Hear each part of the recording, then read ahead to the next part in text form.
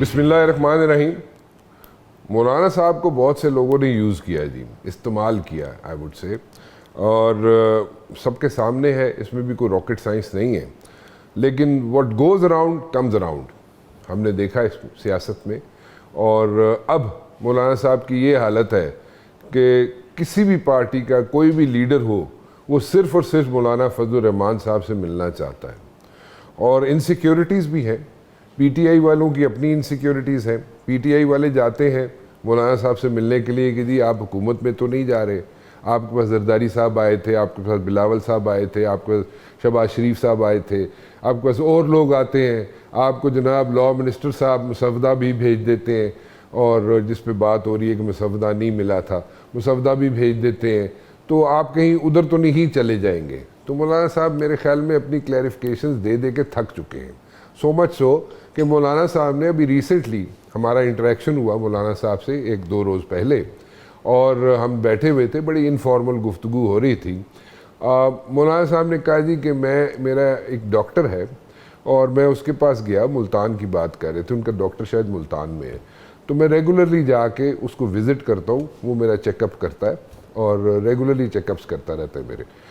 تو اس ڈاکٹر نے مولانا صاحب کو پہلی دفعہ کہا کہ مولانا صاحب پہلی دفعہ زندگی میں آپ کو ٹینشن ہو گئی ہے. سو انہوں نے کہا جی ٹینشن تو ہونی ہے, اور پچھلے 2 ہفتے تو میرے نال جو ہو رہا ہے وہ پھر ٹینشن نہیں ہوئے گی تو اور کی ہوئے گا.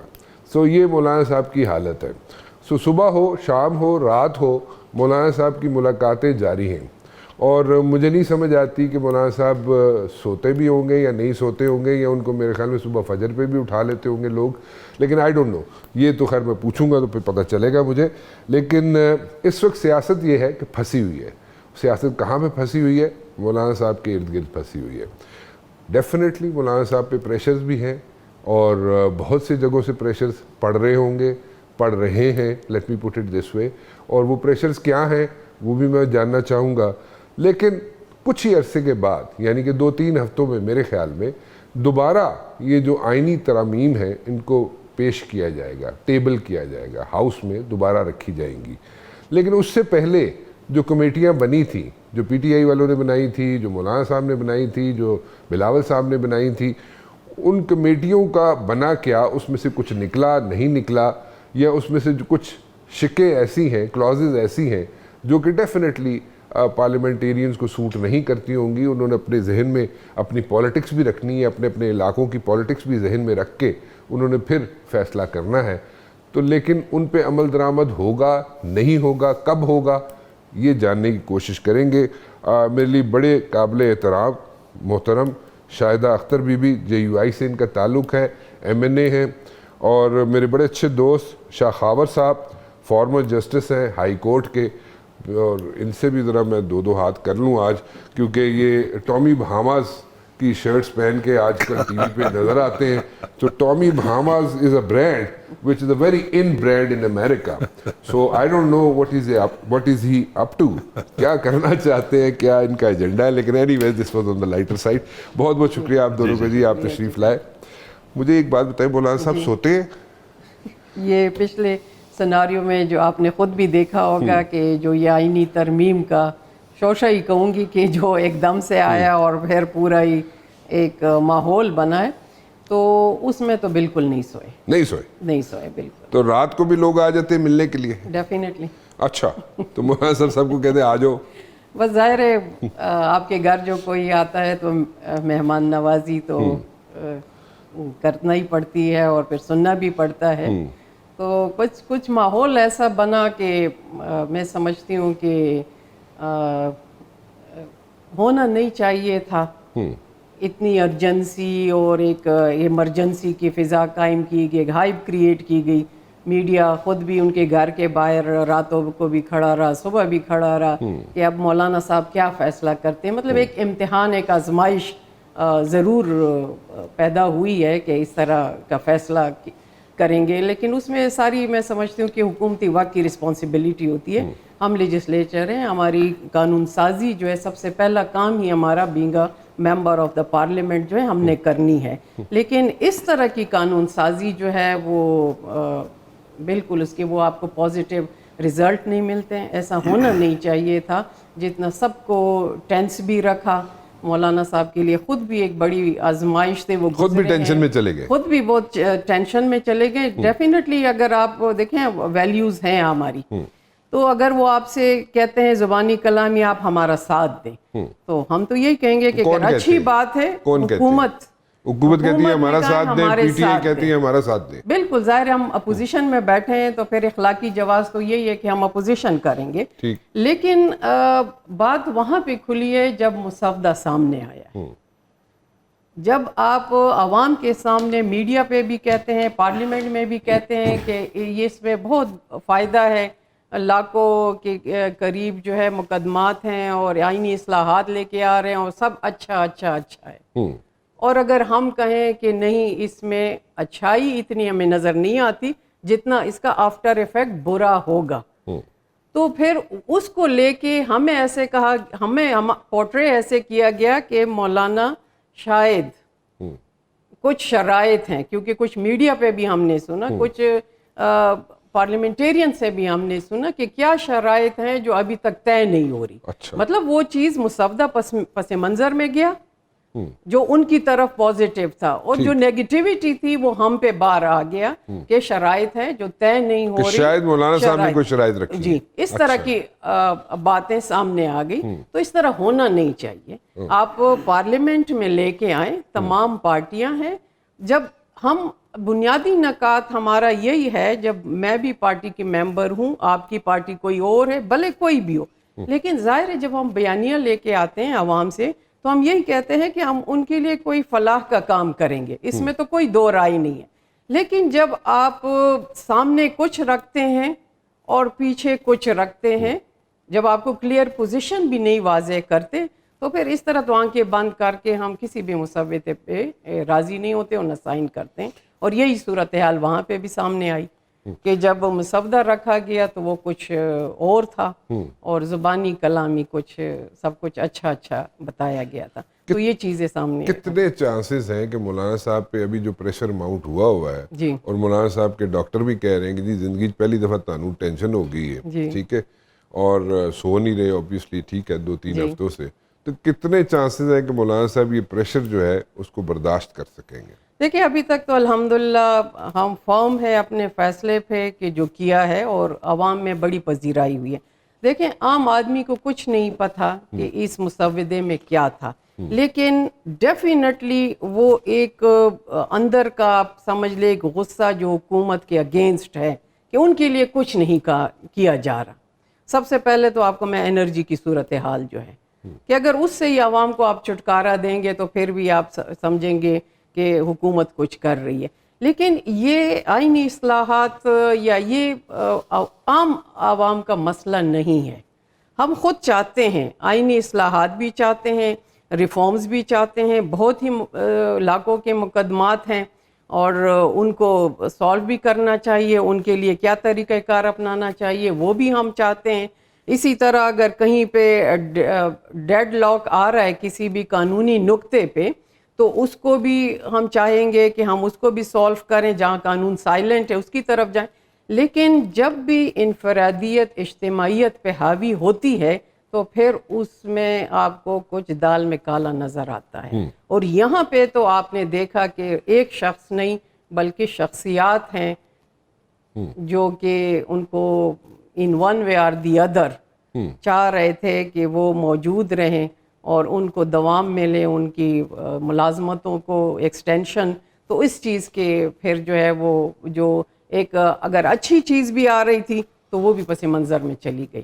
تو مولانا صاحب جو کسی پریشر کے نہیں آئیں گے؟ فی الحال تو کوئی نہیں چاہیں گے اصلاحات کی. اگر میں کوئی انسیڈنس ہی کہوں گی اس کو کہ کچھ عرصہ پہلے جو پارلیمنٹ پہ ایک چڑھائی کی گئی تھی اس کے تناظر میں تقریر ہوئی.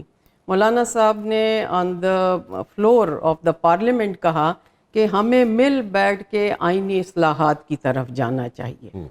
تو وہ چیزیں جو ہے وہ بالکل واضح ہیں, یعنی یہ اس واقعے سے پہلے کی گئی تھی.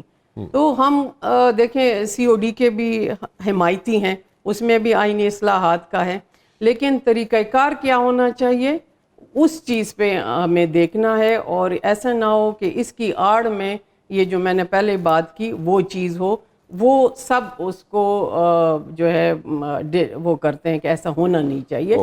قانون بنائے لیکن ونس فار آل بنائے، اسپیسیفک نہ بنائے، کسی کو ٹارگیٹ کر کے وکٹمائزیشن نہ کریں اور اسپیسیفک نہ کریں. کیونکہ یہاں پہ ایک بات میں کہوں گی کہ 2-3 قوانین ابھی پچھلے ہی مہینے بنے ہیں جو بدقسمتی سے ایک ہی پارٹی کو ٹارگیٹ کیا گیا تھا. میرا تعلق اس پارٹی سے نہیں ہے، لیکن میں نے جب میں حکومت میں تھی اس وقت بھی میں نے اگر کوئی اسی طرح ٹارگیٹ کسی کو کیا جا رہا تھا، ہماری آواز یہی تھی کہ ایسا نہیں ہونا چاہیے. پارلیمنٹیرین یا اس پارلیمنٹ کی سپریمیسی کو آپ نے جو ہے وہ خراب نہیں کرنا، وہ سپریم ہے، اس کو سپریم رہنے دیں. Okay, fair enough. شاہ صاحب مجھے ایک بات بتائیں، ٹھیک ہے جوڈیشل ریفارمز ہونے چاہیے، میں صرف ریفارمز تو خیر ہر قسم کے ہونے چاہیے، پولیس ریفارمز بھی ہونے چاہیے، there are so many things which can be done. میں صرف جوڈیشری کی بات کروں گا اس وقت. آپ ہائی کورٹ کے جسٹس بھی رہ چکے ہیں، جوڈیشل ریفارمز ہونے چاہیے، but in this particular case اگر اس کو اوپر سے لے کے نیچے تک اگر سارے جوڈیشل ریفارمز کر دیے جائیں تو وہ زیادہ بہتر ہوگا، یا ابھی جس طریقے سے یا جو سامنے چیزیں آئی ہیں ابھی تک ایز سچ، صحیح مسودہ کہہ لیں غلط مسودہ کہہ لیں، لیکن ابھی تو خیر صحیح مسودے بھی پہنچ چکے ہیں. سو وہ صحیح مسودہ جو سامنے آیا اس میں تھوڑی سی چینجز کر لی جائیں تاکہ اوپر سے لے کے نیچے تک جوڈیشل ریفارمز بالکل ہو جائیں، وہ زیادہ بہتر ہے یا یہ زیادہ بہتر ہے؟ دیکھیں ہمیشہ بہتری کی گنجائش ہوتی ہے اور جوڈیشل ریفارمز بھی لازمی طور پہ ہونے چاہیے، اور اس پہ جہاں جہاں پہ آپ کو آئین میں ترمیم کرنی ہے ضروری، وہ بھی بہت ضروری ہے. لیکن آپ اگر بازی میں جائیں تو 1973 کا جو آئین بنا تھا، دیکھیں 47 میں پاکستان آزاد ہوا، 40 اور 73 تک کوئی کانسٹیٹیوشن نہیں تھا جو کہ صحیح معنوں میں جس پہ پوری قوم کا اتفاق ہو. میں یہ سمجھتا ہوں کہ 1973 کا آئین کے اوپر پوری قوم کٹھی تھی. اس وقت جو پارلیمنٹ میں پولیٹیکل پارٹیز تھی ان کا بھی اتفاق تھا، اس پہ کنسنسس ڈیولپ کیا گیا آؤٹ آف پارلیمنٹ کو بھی، صوبوں کو بھی انوالو کیا گیا، سوائے ایک صاحب کے، باقی تمام نے اس پہ دستخط کیے تھے. اس میں مولانا مفتی محمود صاحب بھی تھے اس وقت، ان کا ایک بڑی انپٹ تھی، باقی مسلم لیگ کے لوگ تھے، جماعت اسلامی کے، you name any thing, even جو قوم پرست تھے، ایون کے پی کے بلوچستان کے، انہوں نے بھی اس ڈاکومنٹ پہ اتفاق کیا تھا. اس میں جو جوڈیشری کا ایک جو چیپٹر تھا جس میں ہائی کورٹ اور سپریم کورٹ کے بارے میں ان کی جو جورسڈکشنز دی گئی تھی، یہ تو کوئی شک نہیں ہے کہ ایک عدالت ایسی ہوتی ہے جو کہ ڈسٹرکٹ لیول کی جوڈیشری کے فیصلے چاہے فوجداری ہوں چاہے وہ دیوانی ہوں کمرشل ہوں، اس کی ایک اپیلیٹ کورٹ ہوتی ہے، وہ ہائی کورٹس ہوتی ہیں. لیکن ہائی کورٹ میں جو ایک چیز میں سمجھتا ہوں کہ جو سب سے زیادہ ممتاز کرتی تھی اس کو، وہ اس کی اوریجنل جورسڈکشن ہے آرٹیکل 199 کے تحت جو ان کی ریٹ جورسڈکشن ہے. کیونکہ آپ نے دیکھا ہوگا کہ آئین پاکستان کا جو ایک بنیادی جز ہے جس کو کہ آئینی ترمیم کے تحت بھی چینج نہیں کیا جا سکتا، وہ آپ کا بنیادی حقوق کا چیپٹر ہے، فنڈامنٹل رائٹس کا. اس میں آپ اضافہ ضرور کر سکتے ہیں، کسی فنڈامنٹل رائٹ کو ترمیم کے ذریعے ختم نہیں کر سکتے. تو ان فنڈامنٹل رائٹس کی سیکیور رکھنے کے لیے ہائی کورٹ کو آرٹیکل 199 کا اختیار دیا گیا تھا. تو میں یہ سمجھتا ہوں کہ اگر ہائی کورٹ میں سے 199 نکال دیا جائے تو وہ پھر صرف ایک اپیلیٹ کورٹ رہ جائے گی ڈسٹرکٹ جوڈیشری کی. اسی طرح وہ اس وقت جو فریمرز آف دا کانسٹیٹیوشن تھے انہوں نے سپریم کورٹ میں بھی ایک پروویژن ڈالی، اس میں ایک اوریجنل جورسڈکشن ہے سپریم کورٹ آف پاکستان کی جس کا آرٹیکل 184(3) ہے، 184(3), جو کہ جس کو عرف عام میں از خود اختیار یا سو موٹو جورسڈکشن بھی کہتے ہیں. وہ بھی کنٹینیویشن ہے آرٹیکل 199 کی، لیکن اس میں صرف فرق یہ ہے کہ سپریم کورٹ جب ایسا مسئلہ ان کے سامنے آئے کہ جس میں لوگوں کے جو بنیادی حقوق ہیں ان کا معاملہ ہو اور مفاد عامہ کے ساتھ اس کا تعلق ہو، پھر وہ اس پہ آرڈر پاس کر سکتی ہیں. اب یہاں پہ جو بحث چل رہی ہے وہ یہ ہے کہ وہ جو فیڈرل کورٹس کا جو کانسیپٹ دیا جا رہا ہے اس میں یہ دیا جا رہا ہے کہ ایک فیڈرل کورٹ بنا دی جائے جو کہ الگ ہو، وہ آئینی معاملات کو دیکھے.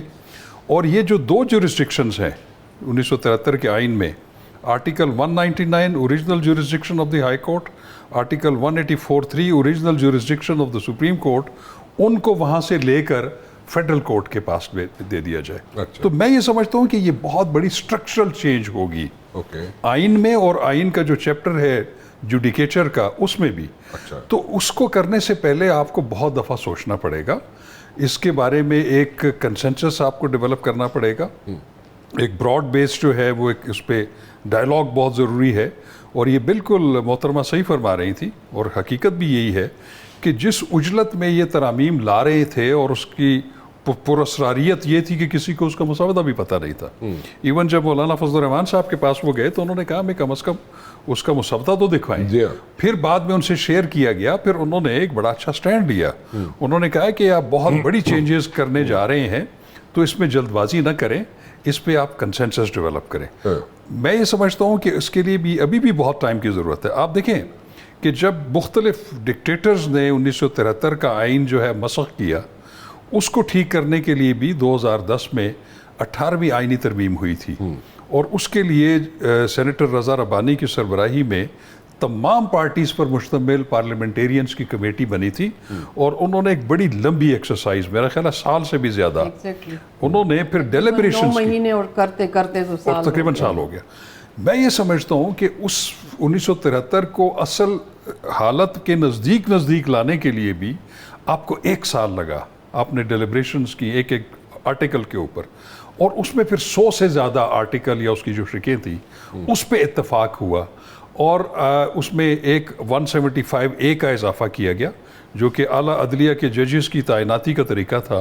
اس میں ایک جوڈیشل کمیشن آف پاکستان بنایا گیا, اور اس کے اوپر ایک ایز اے چیک پارلیمانی کمیٹی بنائی گئی. It was a change. وہ پارلیمانی کمیٹی جو ایکٹیو تھی وہ اس کو میں بعد میں آتا ہوں کہ اس کو پھر ہماری ججمنٹ سے ہی ریڈنڈنٹ کر دیا, اس کو صرف ایک ڈہانہ بنا دیا گیا, حالانکہ اس کے اوپر چیک رکھا گیا تھا. لیکن آپ کو یہ بھی آپ کے ذہن میں رکھنا پڑے گا, جب 18ویں آئینی ترمیم کو سپریم کورٹ میں چیلنج کیا گیا تھا, اس میں انہوں نے پھر, یہ تو زبان زد عام ہے ہر ایک کو پتہ ہے, کہ انہوں نے پھر پارلیمنٹ کو اس کو واپس بھیجا تھا, اور زیر لب کچھ اس میں انٹیمیڈیشنز بھی تھیں, دھمکیاں بھی تھیں کہ اگر آپ جوڈیشری کا یہ والا کانسیپٹ نہیں لے کے آئیں گے 175A والا, تو شاید ہم آپ کی آئینی ترامیم کو بھی وائڈ قرار دے دیں. تو اس پہ یہ بلاول صاحب نے بھی اس دن بات کی کہ جو 19ویں ترمیم کرائی گئی تھی وہ فرمائش کے اوپر تھی, فرمائش تھا یا پریشر تھا یا وٹ ایور تھا. میں ابھی بھی سمجھتا ہوں کہ سپیریئر جوڈیشری کے ججز کی اپوائنٹمنٹ کے طریقہ کار میں ضرور چینج ہونی چاہیے, اور اس میں پارلیمنٹ کا رول اور ایگزیکٹو کا رول بھی ہونا چاہیے, کیونکہ یہ ایک چیک اینڈ بیلنس ہو. یہ نہ ہو اس وقت کی جو موجودہ صورتحال ہے اس میں جوڈیشل کمیشن آف پاکستان میں زیادہ تعداد ججز کی ہے, ٹھیک ہے, اور وہاں پہ یہ چیزیں جو ہے اس کی گونج سنائی دیتی ہے بار ایسوسیشنز کی طرف سے, پولیٹیکل پارٹیز, کہ آپ اپنی من پسند کے لوگوں کو, ججز کے بیٹوں کو, ان کے بھتیجوں کو, سالوں کو, ایک کلب بن گیا ہے. وہ وہاں سے پہلے سے ہی ڈٹرمنیشن ہوئی ہوتی ہے, اور جوڈیشل کمیشن اس کو پاس کرتا ہے. اس کے اوپر جو چیک بٹھایا ہوا تھا پارلیمانی کمیٹی کا, جس میں 4 MNAs تھے, 4 صوبائی سینیٹرز تھے, اور وہ آدھی تعداد جو تھی وہ ٹریجری بینچز اور اپوزیشن میں سے تھی. ان کے رول کو پھر جب انہوں نے انٹروین کیا ایک کچھ اپوائنٹمنٹس کے متعلق, اس کو چیلنج کیا گیا منیر بھٹیز کیس میں, اور اس میں انہوں نے اس پارلیمانی کمیٹی کا رول جو ہے جوڈیشل پروناؤنسمنٹ سے کم کر دیا, بلکہ نہ ہونے کے برابر کر. تو میں ابھی بھی یہ کہتا ہوں کہ ایک بیلنس ضروری ہے, لیکن اگر آپ اتنی بڑی اسٹرکچرل چینجز کرنا چاہ رہے ہیں جس میں کہ آپ you need time for that, right? اس کے لیے بہت زیادہ ڈیلیبریشنز اور اس کے لیے کنسنسس, اس کی آپ دیکھنا یہ پڑے گا. میرا ایک سوال ہے, sorry I am cutting you, لیکن میرا ایک سوال ہے. مین جو عام آدمی ہے, عام آدمی تو جو سفر کرتا ہے یا جو جا کے ڈائریکٹلی ان کانٹیکٹ ہوتا ہے, وہ تو لوور کورٹس میں ہوتا ہے, ٹھیک ہے. تو لوور کورٹس میں کیا مطلب جب اگر بیک لاگ دیکھیں تو وہ تو نہیں ہو رہا. میں آپ کو آج ایک بات, اس کی حالت میں مطلب آپ کو نا خراب ہے as compared to the Supreme Court. عام آدمی کو تو ریلیف ادھر ملے گا. میں آج مجھے اپنے ایک کیس میں, ایک مرڈر کیس کی اپیل تھی سپریم کورٹ میں, ڈبل مرڈر کیس تھا. اس میں کمپلیننٹ سائڈ سے تھا, اور جو ملزم تھا اس کو سزائے موت ہوئی تھی 2 مرڈرز میں. ٹھیک, آج اس کی ججمنٹ میرے سامنے آئی ہے. اس میں ایک پیرا 5 ہے جو کہ جسٹس مندوخیل صاحب نے اس کو آتھر کیا ہے. اس میں کیس یہ تھا کہ وہ ہارڈ اینڈ کرمنل تھا, ٹھیک ہے, 2 قتل کیے ہوئے تھے, اور اس پہ ججمنٹ میں کیا ہوا کہ انہوں نے اس کی سزائے موت کو عمر قید میں تبدیل کر دیا. اس کی وجہ کیا لکھی انہوں نے؟ وجہ انہوں نے یہ لکھی کہ یہ 2000 2006 میں اریسٹ ہوا تھا, 2009 میں اس کو سزائے موت ہوئی تھی, اور یہ 2011 میں اس نے اپیل فائل کی تھی. اس کی اپیل پہلی دفعہ 2024 میں سنی گئی. اب چونکہ وہ اگر اس کو اس وقت عمر قید ہوتی تو اپنی عمر قید وہ کب سے گزار کے فارغ ہو چکا ہوتا. تو اب اس نے 2011 سے لے کر 2024 تک وہ کال کوٹڑی میں تھا, اور ہم اس پروسیس کو میٹیگیٹ کر رہے ہیں کہ اس جاتی ہوگی کہ وہ عمر قید بھی کاٹ چکا ہے اور اب وہ اس کو سزائے موت بھی دیں. تو انہوں نے اس انالوجی کے اوپر اس کی جو سزائے موت ہے اس کو عمر قید میں تبدیل کر دیا. وہ میجورٹی ججمنٹ ہے, 2 ججز نے عمر قید میں تبدیل کیا, اور ایک جج صاحب جو تھے حسن اظہر رضوی صاحب, انہوں نے ہائی کورٹ کے فیصلے کو جو ہے وہ رکھا. اب بات اصل کوشچن یہ ہے کہ کیا ہمارا کرمنل جسٹس سسٹم میں ہمارے لوگ جو کہ سال ہا سال سے وہ بیٹھے ہوئے ہیں, کوئی سزائے موت کا انتظار کر رہے ہیں, کئیوں نے بری ہونا ہے, اگر کسی نے بری ہونا ہے تو وہ 5-10 سال کے بعد کیوں بری ہو, وہ 1 سال میں وہ پروسیس کیوں کمپلیٹ نہ ہو. آپ نے نشاندہی کی لوور کورٹس میں اتنی کم تعداد ہے ججز کی, کیسز زیادہ ہیں, وہاں پہ آپ نے لیجسلیشن نہیں کی کہ آپ پروسیجرز کو کٹ ڈاؤن کریں, لوگوں کو سستا فوری انصاف فراہم کریں. اسی طرح ہائی کورٹ میں اس وقت میں آپ کو بتاؤں 24 یا 25 لاہور ہائی کورٹ میں ججز نہیں ہے, 60 کی اسٹرینتھ ہے. کس نے کرنی ہے وہ جوڈیشل کمیشن آف پاکستان نے کرنی ہے. اسی طرح پشاور ہائی کورٹ میں دیکھ لیں, دوسرے ہائی کورٹس میں دیکھ لیں, ان کی جو آفیشیل اسٹرینتھ ہے جو کہ آئین نے مقرر کی ہوئی ہے, قانون نے, وہی پوری نہیں ہے. آپ اس کو بھی تو پورا کریں. میں یہ سمجھتا ہوں کہ ہمیں چلیں یہ جو بھی آپ نے آئینی ترامیم کرنی ہے, اس کے بعد پارلیمنٹ کو یہ چاہیے کہ وہ لوگوں کو سستا اور فوری انصاف فراہم کرنے کے لیے بھی لیجسلیشن کریں, اس میں اسٹرکچرل چینجز لے کے آئیں, لوور جوڈیشری میں بھی, ٹرائل کورٹس میں بھی, اور جو اپیلوں کا جو ایک بڑا لانگ گوئنگ ایک پروسیجر ہے اس کو کٹ ڈاؤن کریں. بالکل صحیح بات ہے, کیونکہ لوور کورٹس میں جناب عام آدمی جو ہے متاثر جو ہوتا ہے لوور کورٹس میں ہوتا ہے, اور اس پہ توجہ دینے کی ضرورت ہے. میں ایک چھوٹی سی بریک کی طرف جاؤں گا جی, بریک لیتا ہوں, اور بریک کے بعد واپس آؤں گا. تو میں ذرا تھوڑا سا سیکیورٹی کے بارے میں پوچھ لیں, کیونکہ کے پی کے کی سیکیورٹی, ٹھیک ہے, اور بلوچستان کی سیکیورٹی دن بدن اگر ہم دیکھیں تو وہ ایک سائلنٹلی گرو کر رہی ہے, ٹھیک ہے, بہت زیادہ, ایگزیکٹلی, بالکل. اور آپ لوگ کیونکہ ڈائریکٹلی یا انڈائریکٹلی وہاں سے آپ لوگ متاثر, آپ لوگ بھی ہو رہے ہیں, عام آدمی تو ہو ہی رہا ہے, ایگزیکٹلی. اور میں اس پہ بھی بات کرنا چاہوں گا. ایک چھوٹی سی بریک لے لوں, بریک کے بعد میرے ساتھ موجود ہوں گے عبداللہ حمید گل صاحب بھی, ایک چھوٹی سی بریک کے بعد. ویلکم بیک جی. اور عبداللہ حمید گل صاحب نے بھی ہمیں جوائن کیا ہے. عبداللہ حمید گل صاحب, thank you very much for joining me. ہم تھوڑا سا سیکیورٹی کی طرف بھی آنا چاہ رہے ہیں کہ every day passing by there is a issue, it's a situation I would say, اور وہ ہے جناب کہ ہمارا ٹھیک ہے we have a porous border, but then again عام آدمی جو ہے وہ سفر کر رہا ہے, اور سیکیورٹی کے ایشوز ہیں جہاں پہ ہم دیکھتے ہیں کہ پی کے ہو یا بلوچستان ہو. ہم اس کو ونس فار آل فکس کر سکتے ہیں ان سیکیورٹی کے کنسرنز کو, یا نہیں کر سکتے, یا how should we go about it? بسم اللہ الرحمن الرحیم. رانا صاحب بہت اچھی بات آپ نے کہی ہے. یقیناً سیکیورٹی ایشوز بہت زیادہ ہیں, اور ایوری پاسنگ ڈے وہ ڈیپن ہوتے جا رہے ہیں. اور لاسٹ جو ہمارے نگران وزیر اعظم تھے انہوں نے کہا تھا کہ 60% ٹیررزم میں جو ہے وہ انکریز آ گیا.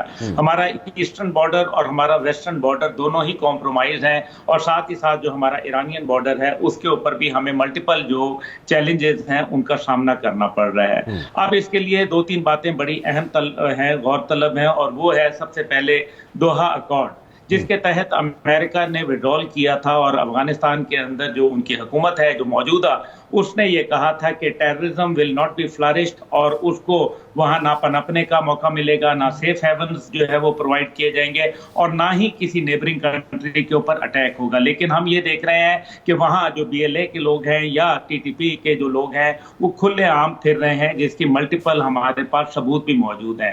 ماضی میں جب PDM کی حکومت میں تھی تو اس ٹائم پہ خواجہ آصف اور اس وقت جو DGISI جنرل ندیم احمد انجم صاحب جو ہے وہ وہاں گئے, انہوں نے irrefutable جو ایویڈنس تھا وہ وہاں دیا. لیکن اس کے بعد خاطر خواہ کامیابی نہیں ہوئی. نتیجہ یہ نکلا کہ پاکستان کو کچھ ٹرن میئر جو ہے وہ لینے پڑ گئے، لیکن ساتھ ہی ساتھ یہ ہے کہ افغان سوائل کی طرف سے جو ہمیں امید تھی کہ وہاں سے بہتری ہوگی وہ نہیں ہوا. لیکن اس کے اندر ایک اور گارنٹر تھا جس کو ہم بالکل اثر نو جو ہے وہ بھول جاتے ہیں، اور وہ ہے امریکہ. امریکہ نے جو ہے وہ بھی گارنٹی کی تھی، کیونکہ دوحہ ایکارڈ میں 2 فریقین تھے، ایک تحریک طالبان افغانستان اور ایک جو تھا وہ امریکہ تھا. امریکہ نے جو ہے وہ اپنی ذمہ داری ابھی نہیں نبھائی، اور جس انداز میں انہوں نے ایک ملٹیپل ہمیں جو ہیلی کاپٹرز پرووائڈ کیے تھے، جو نائٹ ویژن فیسلٹیز کے ساتھ تھے، سرویلنس فیسلٹیز کے ساتھ تھے، وہ بھی ان کے وڈرال کے بعد وہاں سے ہمارے ختم ہو گئے، جس کی وجہ سے اس پورس بارڈر کے اوپر یہ آپ جیسے امید صاحب ایک چیز، sorry I am cutting you over here, لیکن آپ بات کر رہے ہیں ان ہیلی کاپٹرز کی جن کا فریم جو تھا، آئی وڈ سے انجنز آنے تھے امریکہ سے اور فریم جو ہے وہ ٹرکی میں بننا تھا. نہیں، یہ فرق ہے. یہ آلریڈی آپریشنل تھے جی، یہ استعمال میں لیے گئے تھے. ایک قسم کا آپ کہیں کہ ہمیں لیز کے طور پر ایک فیسیلیٹیٹ کرنے کے لیے طور کے اوپر دیے تھے. یہ آپریشنل حالات میں تھے. وہ جو تھے وہ ٹرکش والے، وہ تو ڈیل جو ہے وہ ختم ہی ہو گئی. لیکن بہرحال مسئلہ یہاں یہ ہے کہ ایک طرف انڈیا جو ہے وہ ہیویلی انویسٹ کر رہا ہے افغانستان پہ، اور ان کنفرمڈ ریسورسز کے مطابق وہ $4.2 بلین جو ہے وہ افغانستان کے اندر انویسٹ کر چکا ہے. دوسری طرف جو ہے امریکہ دوحہ ایکارڈ کی پابند نہیں کر رہا. تیسری طرف جو ہے امریکہ کی کانگریس کے اندر جب کمیٹی کا وہاں سامنے آتا ہے تو وہ کہتے ہیں ہم نے آؤٹ آف 4,27,000 ویپن جو افغانستان میں ہم لے کے آئے تھے، ان میں سے 3 لاکھ ویپن جو ہے وہ وہیں چھوڑ کے آئے. اب یہ ایک اتنا خطرناک صورتحال ہے کہ اس کے اوپر پھر سارا ایڈم جو ایک CIA کی آپریٹر تھی، وہ ان کا ایک بیان آتا ہے، پوڈ کاسٹ آتا ہے 3 hour لانگ. وہ کہتی ہیں کہ جی ہم ایک پشتونستان کے لیے باقاعدہ ہم نے ایک سیل CIA میں کریٹ کر دیا ہے. اب نہ اس کا ریبٹل جو ہے وہ واشنگٹن کی طرف سے آتا ہے، نہ لینگلے کی جانب سے آتا ہے، اور نہ ہی کسی اور فورم سے اٹھتا ہے. دس از اے ویری ہاربل سچویشن. ہمیں دونوں فریقین، ایک طرف اگر افغان طالبان ہے تو دوسری طرف ویسٹ کو جو ہے ہمیں ان کو، میرے خیال میں we should be holding them responsible کہ ہمیں آپ نے ایک پھنسا دیا ایک دہشت گردی کی جنگ کے اندر، اور پاکستان کے $700 ملین جو کولیشن سپورٹ فنڈ کے ہیں وہ بھی آپ نے نہیں ادا کیے. اب مسئلہ یہ ہے کہ ان سب کا حل ہے. ان سب کا حل یہ ہے کہ پہلی بات یہ ہے کہ جو ہمارے سیاستدان ہیں ان کا ایک بہت اہم کردار ہے. لیکن انفارچونیٹلی بلوچستان کے جتنے بھی سیاستدان ہیں، یا وہ آپ کو گلف کے کنٹریز کے اندر ملتے ہیں، یا وہ اسلام آباد یا کوئٹہ میں ملتے ہیں، وہ اپنے علاقوں میں نہیں جاتے، اور جو ہمیں ایک بیٹر نیریٹو بلڈ کرنا تھا وہ نہیں کر پائے. پیغام پاکستان جو ایک بیانیہ ہم نے بنایا، اس کے اندر بہت سارے جھول اور سکم موجود ہیں، اور جن لوگوں کے ذریعے وہ پیغام پاکستان پہنچایا گیا، میرے خیال میں ان میں بہت سارے ایسے لوگ ہیں جو متنازع شخصیت کے مالک ہیں، اور ساتھ ہی ساتھ ان کو عوام میں وہ پذیرائی حاصل نہیں ہے. تو we need to revamp our policy. ہمیں دیکھنا ہے، اور ساتھ ہی ساتھ کلبھوشن یادو کے معاملے کو فیصلہ کرنا ہے. اگر ہم نے کلبھوشن یادو کے معاملے پہ ڈیلی ڈیلی کی تو نتیجہ یہ ہوگا کہ آپ کو یاد ہے سشما سوراج جو اس وقت وزیر خارجہ تھیں، جب یہ پکڑا گیا تھا تو اس نے کہا تھا کہ یہ بھارت ماتا کا بیٹا ہے، اور بھارت ماتا ہر طریقے سے اس کو پروٹیکٹ کرے گی، اور till date they are quite successful protecting Kulbhushan Yadav. اس لیے جو نئے سرے سے جو دہشت گردی کے اندر جو استعمال ہوتے ہیں لوگ، جو انڈین ایجنٹس پکڑے جاتے ہیں، وہ ان کو پتہ ہے کہ ہم جو ہے وہ چھٹ جائیں گے. لیکن ساتھ ہی ساتھ میں یہ کہوں گا کہ جو نیشنل ایکشن پلان کے جو 20 پوائنٹس تھے، اس کے اندر سے جو 4 پوائنٹس جو کہ افواج پاکستان کے حصے میں آتے ہیں ان پہ تو وہ کام کر رہی ہے، لیکن جو 16 پوائنٹس ہیں جس کے اندر کیپیسٹی بلڈنگ آف جو انسٹیٹیوشنز ہیں، جو پولیس کی ہے، کاؤنٹر ٹیررزم ڈپارٹمنٹ کی ہے، اور اسی طریقے سے جو نیریٹو بلڈنگ ہے، اور لوگوں کے ساتھ جو فیسیلیٹیشن ہے، اور سیاسی ڈائلاگ کا اوپن ہونا، یہ ابھی تک جو ہے وہ کہیں دور دور تک نظر نہیں آ رہا، جس کے نتیجے میں حالیہ بلوچستان کے اندر جو دہشت گردی کے واقعات ہوئے رانا صاحب، وہ بڑے بھیانک تھے، کیونکہ 9 اضلاع کے اندر 12 شہروں میں یک مشت آپریشن ہونا، اچانک جو ہے حملے ہونا، یہ ایک بہت بڑا علامت. بالکل ٹھیک ہے، بالکل ٹھیک ہے، بالکل ٹھیک ہے. میں آپ کے پاس دوبارہ آتا ہوں واپس. مجھے ایک بریک کی طرف جانا ہے. عبداللہ صاحب ایک چیز یہاں پہ ریز کیا، ایک کنسرن ریز کیا کہ یہاں پہ پولیٹیکل جو ہے یہاں پہ ول بھی چاہیے،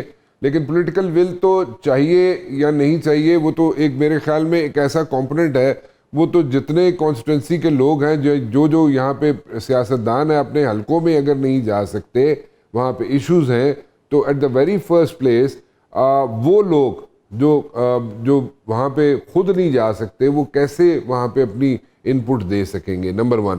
نمبر 2، اگر آپریشن ہوتا ہے، ویسے میرے خیال میں تو آپریشن 3 دن میں صفایا کر سکتا ہے آپریشن، لیکن دین اگین وہاں پہ ایک تھوڑا سا ایک بلڈ بھی تو کرنی پڑیں گی نا چیزیں، کہ لوگوں کو کہا جائے گا کہ وہاں پہ جو رہنے والے لوگ ہیں، جہاں پہ بھی یہاں پہ سیکیورٹی کے ایشوز ہیں، وہاں پہ جو لوکل جو لوگ ہیں جو رہ رہے ہیں وہاں پہ، ان کو کہا جائے گا کہ اپنے اپنے گھروں سے چلے جائیں۔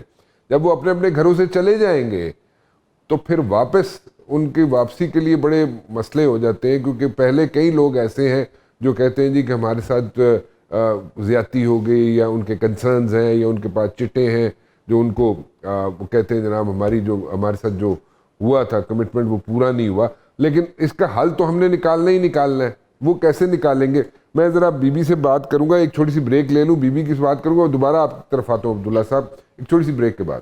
Shahida Bibi, very quickly مجھے ایک چیز بتائیے گا آپ کے، میں ذرا اس کی طرف آؤں گا کہ پولیٹیکل ول بھی چاہیے وہاں پہ جہاں پہ ایشوز ہیں، جہاں پہ ایشوز ہیں سیکیورٹی کے ایشوز ہیں، وہاں پہ پولیٹیشینز کی بھی انپٹ چاہیے، پولیٹیشینز وہاں پہ انوالو ہونے چاہیے، سب باتیں ٹھیک ہے۔ وہاں پہ آپ لوگوں نے کچھ سجیشنز بھی دی ہوں گی، جیسے یہ کانسٹیٹیوشنل امینڈمنٹ ہے اس کے بارے میں کوئی سجیشنز دی ہوں گی، اور اس کے ساتھ ساتھ وہاں پہ جو انریسٹ ہے، جو ایشوز ہیں، جو سیکیورٹی کے کنسرنز ہیں، ان کو آپ کیسے ہینڈل کر سکتے ہیں؟ Very quickly, I am running out of time. جی بالکل، جہاں تک کانسٹیٹیوشنل اس کی بات ہے تو مختصراً میں یہی کہوں گی کہ آئینی ریفارم بالکل ضروری ہے، جس کا بیسک یہ مسودہ بنایا گیا ہے، لیکن اس کو ٹائم دینا پڑے گا کہ آپ اس پہ صحیح ڈیلیبریشن۔ آپ کی اپنی سجیشن کیا ہوگی؟ سجیشنز تو دیکھیں بیسیکلی یہ بھی ہے کہ مجھے سمجھ نہیں آتی کہ یہاں پہ وہی جو چھٹیوں والا ایک قانون ہے، 3 مہینے کی چھٹیاں جیسے اسکول کے بچوں کو دی جاتی ہے، تو پھر آج کل تو اسکول کے بچوں کی ایوننگ شفٹ بھی ہوتی ہے، تو پھر لیٹس کہ آپ مارننگ شفٹ ایک جج کا بینچ دیکھ لیں، سیکنڈ شفٹ بھی کریں، آپ کے پاس مقدمات کا ڈھیر لگا ہوا ہے، اگر آپ نے سالو کرنا ہے تو آپ اپنی ایبلٹی کو انکریز کریں، اپنا ٹائم دیں۔ آپ یہ کہہ رہی ہیں کہ مارننگ ایوننگ شفٹ ہونی چاہیے؟ بالکل، وہ بھی ہو جائے، آٹومیشن ہو جائے، اور کئی اگر آپ نے پروموشن کرنی ہے تو صرف سینیارٹی کو نہ دیکھا جائے بلکہ آپ کے پاس اور بھی انڈیکیٹرز ہیں، آپ اس کو بھی دیکھیں کہ ایک جج نے کتنے مقدمات، اس کے اپنے ٹائم ڈیوریشن، ایفیشنسی کیا ہے، پرفارمنس کا ہے، کیونکہ نہ تو پرفارمنس آڈٹ ہوتا ہے، اور بدقسمتی سے ان کا جو فائنینشیل آڈٹ ہے وہ بھی ان اداروں کا نہیں۔ ویری کوئکلی ایک لائنر مجھے بتائیے کہ آپ لوگ اپنے حلقوں میں جا کے وہاں پہ جو سیکیورٹی کنسرنز ہیں ان کو ایشوز کو سارٹ آؤٹ کر سکتے ہیں، فکس کر سکتے ہیں؟ دیکھیں، سب سے پہلے تو رسپانسبلٹی گورنمنٹ کی ہوتی ہے، ٹھیک ہے۔ اچھا، نیشنل سیکیورٹی کے حوالے سے جہاں پہ یہاں پہ ان کیمرہ سیشنز ہوتے ہیں، لیکن ابھی اس قدر صورتحال خراب ہے کہ پہلے تو ہم کہتے تھے نا کہ فوٹا ہے یا پورس بارڈر ہے، اب تو آپ کے سیٹل ایریا میں ہم نہیں جا سکتے اور راج کہیں اور ہوتا ہے۔ انڈس کی صورتحال پرسوں کی دیکھیں، بلاک کیا گیا ہے، ہماری فورسز کو کس طرح ٹارگیٹ کیا جا رہا ہے، تو اس پہ ارجنسی اگر اصلاحات کے حوالے سے ہے، جو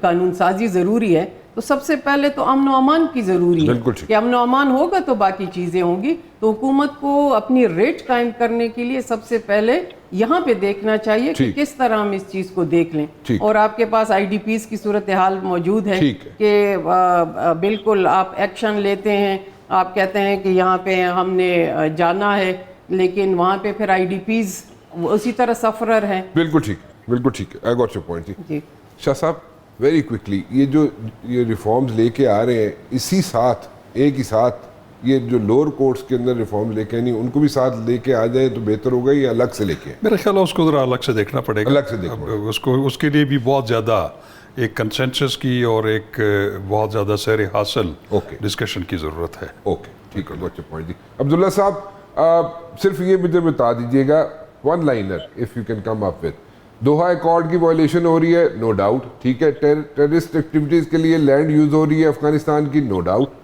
ٹھیک ہے، ساری باتیں سامنے رکھ کے ہم لے کے چلتے ہیں اس کو، ویسٹرن بارڈر ہو، ایسٹرن بارڈر ہو، ہمارے ایشوز ہیں، کنسرنز ہیں، اور وہ آہستہ آہستہ ہمارے جو ٹیریٹری ہے، پاکستان کی ٹیریٹری ہے، اس کے اندر اسپریڈ ہو رہے ہیں۔ فکس کیسے کیا جا سکتا ہے؟ One liner. دیکھیں فکس کرنے کے لیے آپ دیکھ لیں کہ بلوچستان میں نیو ویو آف ٹیررزم جو ہے وہ تو اب کچھ عرصے سے ہم دیکھ رہے ہیں، لیکن اس سے پہلے جو ہے اے ایریا اور بی ایریا، آپ مجھے بتائیں کیا پنجاب میں اے ایریا بی ایریا ہے یا دوسرے صوبوں میں ہے؟ تو پھر اگر بلوچستان کے اندر یہ اے ایریا اور بی ایریا نہ کیا گیا، اب ایک زمانہ تھا جہاں صرف 7% اے ایریا تھا، یعنی کہ پولیس سکتی تھی، اور اس زمانے میں جو پولیٹیشینز تھے انہوں نے اس پہ کام کیوں نہیں کیا؟ اور چلے سر وہ گزر گئی بات، پولیٹیشن نے اس وقت کام کیا نہیں کیا، اب کیسے فکس کر سکتے ہیں؟ One liner sir, how should we go about it? آپ سمپل سی بات ہے کہ آپ کو ملٹری آپریشن ضرور کرنا پڑے گا، لیکن ساتھ ہی ساتھ آپ کو جو ہے تمام ان کی جو آؤٹ سکرٹس ہیں، جو وہاں سے سپلائی لائنز ہیں جو انٹرنیشنل اور لوکلی ان کو مل رہی ہیں، ان کو کاٹنا پڑے گا، اور وہ پولیٹیشین جن کو الیکشن کے اندر کامیابی نہیں ملی ان کو بھی آپ کو دھارے میں لا کے ان کے ساتھ ڈائیلاگ اوپن کرنا پڑے گا، ڈیفائنس اور ڈائیلاگ دونوں کو ساتھ ساتھ چلانا پڑے گا۔ ٹھیک ہے، گاٹ یور پوائنٹ جی، تھینک یو ویری مچ جی، آپ سب کا بھی آپ لوگ تشریف لائے۔ میرے خیال میں اس میں ہم نے سجیشنز بڑی اچھی سی لے کے آگے، جج صاحب آپ نے بھی بڑی اچھی، جسٹس صاحب دے دی سجیشنز، آپ کی بڑی اچھی سجیشنز ہیں اور عبداللہ صاحب کی بڑی اچھی سجیشنز ہیں۔ میرے خیال میں اگر اس کو کلوزلی واچ کیا جائے اس شو کو تو بڑی اچھی سجیشنز ہیں، اور اگر حکومت سیریسلی اس کو دیکھے تو اس پہ عمل درآمد بھی کر سکتی ہے۔ فی الحال رانا مبشر کو اجازت دیجیے، کل 7 بجے پھر حاضر ہوں گا، ٹل دین اللہ حافظ۔